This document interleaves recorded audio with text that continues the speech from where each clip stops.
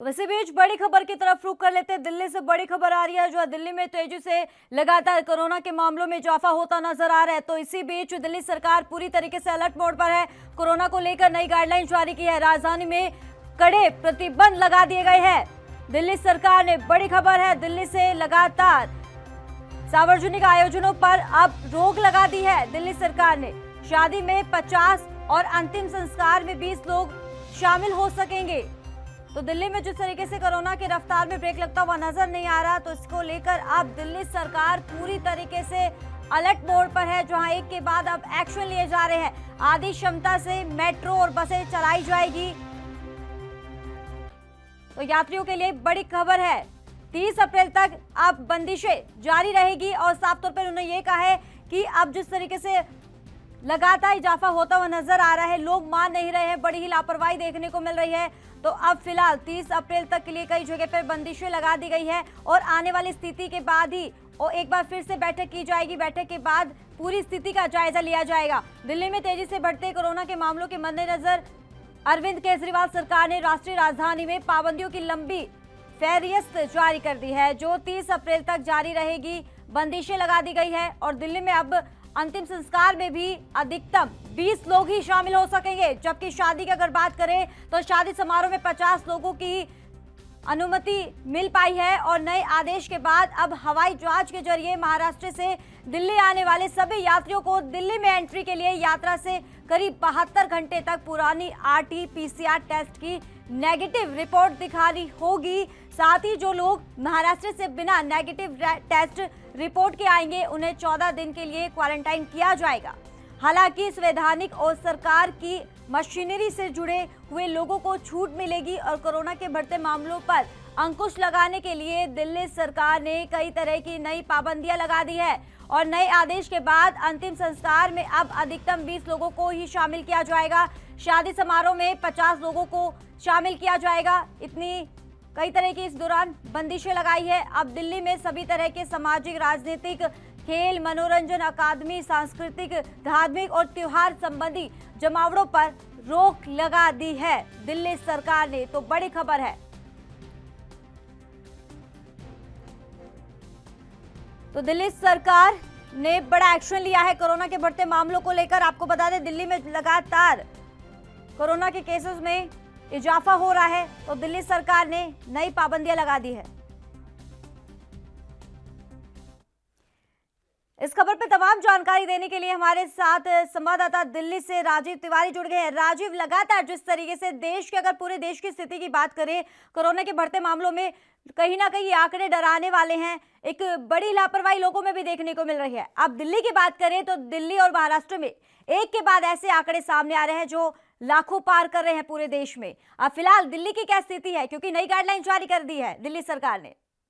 देखिए, बिल्कुल सही कहा आपने। पूरे देश के अंदर जिस तरीके के आंकड़े सामने आ रहे हैं कोरोना के पेशेंटों के, तो कहीं ना कहीं स्थिति जरूर बिगड़ती नजर आ रही है। मगर वही बात करें महाराष्ट्र या दिल्ली की, तो दिल्ली के अंदर भी नई प्रतिबंधी लगा दी हुई है दिल्ली सरकार की तरफ से। और दिल्ली सरकार ने अब नई गाइडलाइन के साथ साथ कहते हैं सिनेमा, थिएटर हॉल या कहते हैं सिनेमा हॉल, स्विमिंग पूल, इन सब पर भी 50% की करीब पाबंदी लगा दी गई है। यानी कि यहाँ थिएटर जो है वो 50% करीब चलेंगे। मगर जिस तरीके से बात करें शादी समारोह की या फिर अंतिम संस्कार की, वहां पर भी रोक लगाई गई है। शादी समारोह के अंदर लगभग 50 लोग ही शामिल हो सकते हैं और जो अंतिम संस्कार है उसके अंदर 20 लोगों की ही अनुमति दी गई है। मगर जिस तरीके से दिल्ली सरकार बढ़ते हुए आंकड़ों को मद्देनजर रखते हुए इस तरीके की पाबंदी लगा रहे हैं, तो उससे साफ लग रहा है स्थिति बिल्कुल खराब होती चली जा रही है।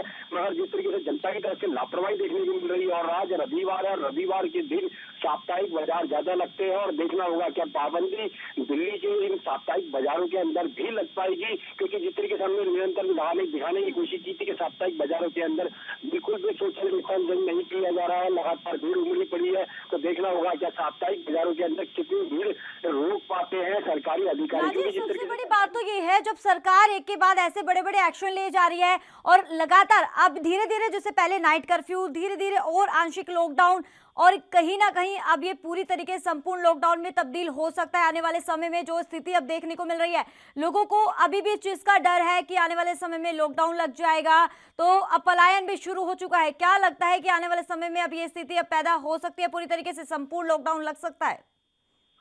बिल्कुल इस तरीके से सरकारें जितनी कोशिश ही करती है कि पहले नाइट कर्फ्यू का ऐलान किया गया, उसके बाद अब ये नई गाइडलाइन लेके आई है जिसके अंदर शादी समारोह पर भी लगभग 50% यानी 50 लोग ही शामिल हो सकते हैं। मगर जिस तरीके से अंतिम संस्कार की बात करें तो उसमें भी 20 लोगों की ही अनुमति दी गई है। मगर सिनेमा, थिएटर हॉल या फिर और जगहों की बात करें तो या फिर होटलों की बात करें तो उसके अंदर भी लगभग 50% के करीब ही लोगों को आने की अनुमति दी गई है। मगर जिससे साफ जाहिर है कहीं ना कहीं स्थिति बिल्कुल बिगड़ रही है और दिल्ली सरकार दिल्ली के अंदर कोरोना की स्थिति को कंट्रोल करने के लिए इस तरीके की पाबंदी लगा रही है। मगर हाँ, जनता के बीच में जरूर इस चीज का वहम डर बना हुआ है कि संपूर्ण लॉकडाउन दोबारा से लग सकता है। मगर जिस तरीके से आंकड़े सामने नजर आ रहे हैं और दिल्ली सरकार की नई नई रोज गाइडलाइन आ रही है तो उससे साफ जाहिर है कहीं ना कहीं स्थिति बिगड़ रही है और कहीं ना कहीं संपूर्ण लॉकडाउन ही समाधान रह जाएगा दिल्ली सरकार के पास। मगर जब देखना होगा कि जनता कितनी अपने आप को जागरूक कर पाती है और कहीं ना कहीं जो सोशल डिस्टेंसिंग की बात की जा रही है, सोशल डिस्टेंसिंग बहुत जरूरी है और आज साप्ताहिक बाजारों के अंदर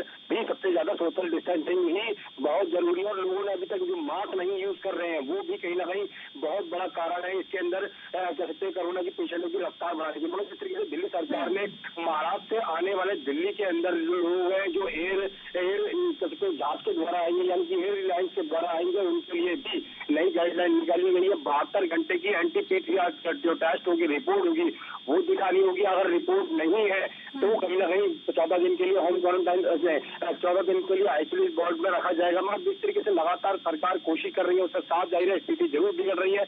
मगर दिल्ली सरकार भी निरंतर कोशिश करती नजर आ रही है। मगर देखना होगा जनता कितना सहयोग देती है दिल्ली सरकार का। जी तो राजीव, अगर बात वैक्सीनेशन को लेकर की जाए, वैक्सीनेशन की प्रक्रिया लगातार जारी है, लेकिन दूसरी तरफ ऐसे बयानबाजी सामने आ रही है विपक्ष पार्टी की तरफ से कि वैक्सीन खत्म हो चुकी है। अगर वैक्सीन खत्म हो चुकी है तो लोगों में जो कोरोना को लेकर कुछ लोगों को डर बैठा हुआ है तो वो डर और बरकरार हो जाएगा। कहीं ना कहीं पहली स्थिति जो तस्वीरें जो 2020 में देखने को मिली थी वही तस्वीरें अब देखने को मिलेगी। देखिए बिल्कुल सही कहा आपने। यहाँ पर एक चीज स्पष्ट है, जिस तरीके से राजनीति की जा रही है वैक्सीन को लेकर वो राजनीति नहीं होनी चाहिए क्योंकि कल खुद अरविंद केजरीवाल जी ने कहा कि दिल्ली के अंदर वैक्सीन लिमिटेड समय तक के लिए रह गई है और कहीं ना कहीं केंद्र सरकार को उसके वैक्सीन देनी चाहिए। मगर जिस तरीके से राजनीति का बयान दिया गया है और उससे कहीं ना कहीं जनता के बीच में जरूर डर बन गया है क्योंकि जब वैक्सीन लिमिटेड है और यानी कि थोड़े ही समय के लिए रह गई है तो साफ जाहिर है स्थिति जरूर बिगड़ेगी। और इसी के मद्देनजर रखते हुए सरकारों को चाहिए मिलकर काम करें और इस वक्त कोरोना की महामारी से लोगों को निजात दिलाने की कोशिश करनी चाहिए, ना कि राजनीति। लेकिन राजीव, दूसरी बात ये है 30 अप्रैल तक पाबंदियां लगा दी गई है और ये भी कहा जा रहा है मेट्रो और बसेस वगैरह ट्रेनें की इनकी भी लिमिटेड संख्या कर दी गई है। तो जो लोग डेली आते जाते हैं अपने ऑफिस के लिए, काम दिनचर्या रहती है, तो वो किस तरीके से स्ट्रगल करेंगे?